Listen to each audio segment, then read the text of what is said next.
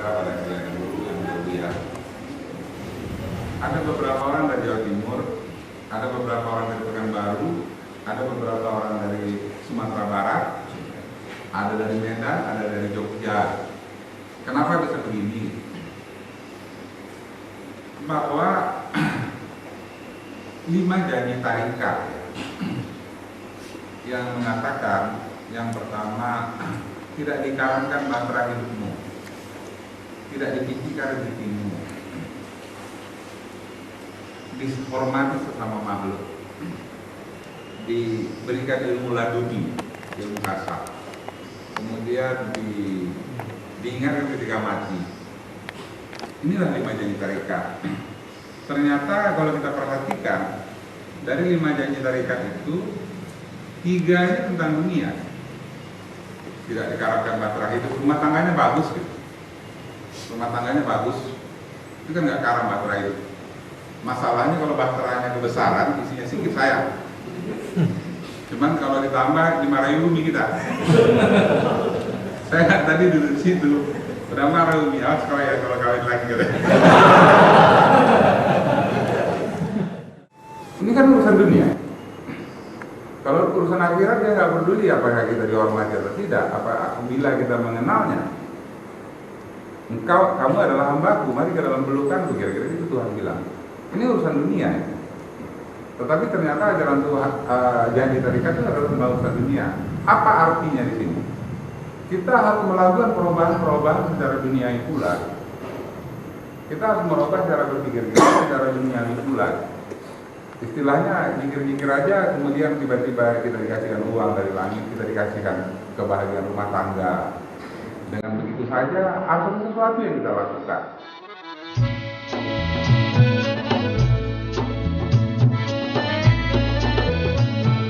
Kemarin saya ke Jawa Timur, saya melihat sebuah masyarakat tarikat di Jawa Timur yang mereka itu sangat akrab. Persatuannya terasa sekali, sangat terasa.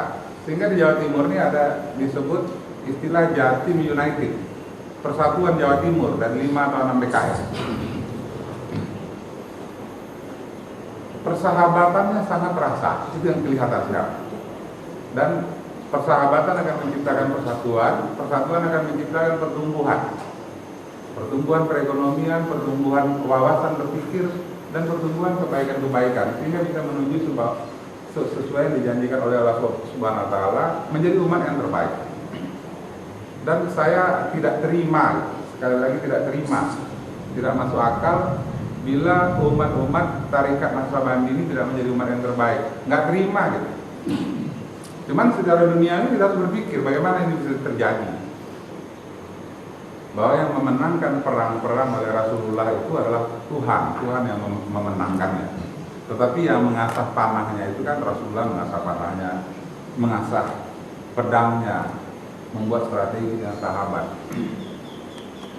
Jadi yang terjadi sampai hari ini dari beberapa BKS itu terjadi persahabatan yang luar biasa di Jawa Timur. Persahabatan ini kelak akan membuat suasana produktif dan kreatif. Pada saat itu seharusnya janji-janji tarikat itu benar-benar kita bisa buktikan. Dan saya rasa sebenarnya sekarang sudah terbuktikan, tapi belum merata. Sudah begitu banyak orang yang terjadi perbaikan kehidupan dunia akhiratnya, saya yakin benar, tapi nggak merata. Jadi ini mau kita bagi. Akhirnya saya minta tolong pada sahabat-sahabat yang ada beberapa orang, baik yang di Pekanbaru maupun di Medan. Kalian ke Jawa Timur sana, saya bilang. Belajar kita di situ, berguru kita di situ. Saya bilang gitu, pergi 15 orang, ada tim studi banding sana. Walaupun saya waktu membilangnya, pergi kalian ke sana, belajar kita di situ, berguru kita di situ, nggak enak juga bilangnya. Masa Medan berguru sama Jawa Timur, nggak enak bilangnya. Cuman saya pikir-pikir kan ada kata hadis ya. Belajarlah kamu sampai ke negeri Cina sekalipun, kan gitu kan. Jadi orang Jawa Timur ini kan nggak orang Cina ya, nggak apa-apa lah gitu. Baik, mereka di sana 2 minggu. Sesudah 2 minggu memang dilihat oleh tim studi banding ini, Jadi agak beda tim studi banding yang dari Surau yang saya minta tolong ini kebanding yang tim studi banding DPR, agak beda. Kalau DPR pulang studi banding dimarahi orang, ya kan, yang ini enggak. Mereka memang menemukan ada hal-hal baru yang bisa kita lakukan, yang bisa kita buat untuk menciptakan persahabatan dan saling berbagi. Dan kemudian terjadi kebaikan-kebaikan di dalam berbagai lini sektor kehidupan kita. Dan tim studi banding ini kan dari Pekanbaru, dari Sumatera Barat, dari Sumatera Utara semua nih. Yang 15 orang, bahkan jumlahnya jadi lebih. Waktu mereka pergi ke Jawa Timur, suasana persahabatan dari Jawa Timur ini menular kepada tim studi banding ini.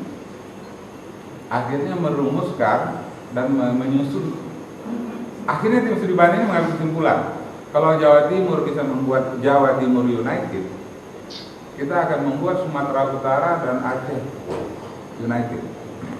Disebut dengan sunat, tidak ditambah rasul.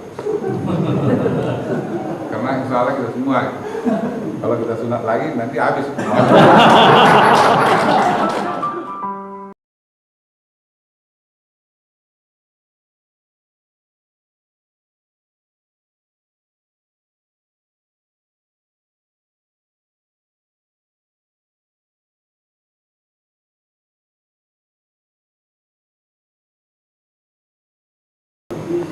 Persatuan Sumatera Utara dan Aceh ini itu adalah alat untuk mencapai apa? Yang pertama untuk belajar bagaimana, karena ini sebuah persatuan hanya bisa terjadi oleh akhlak.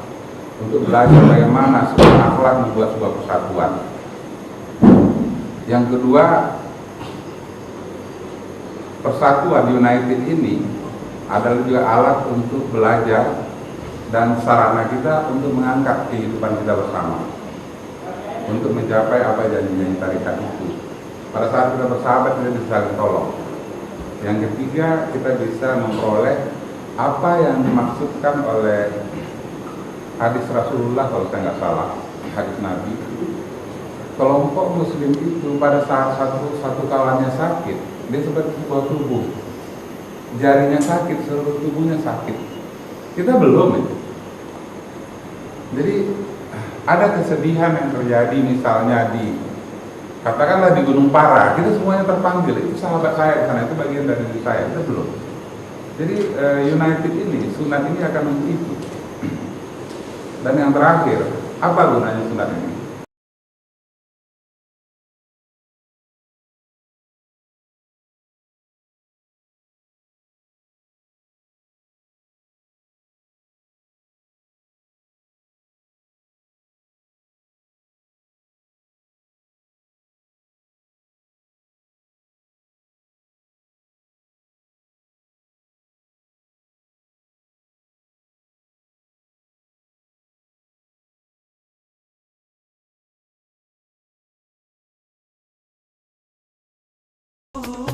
Shoot.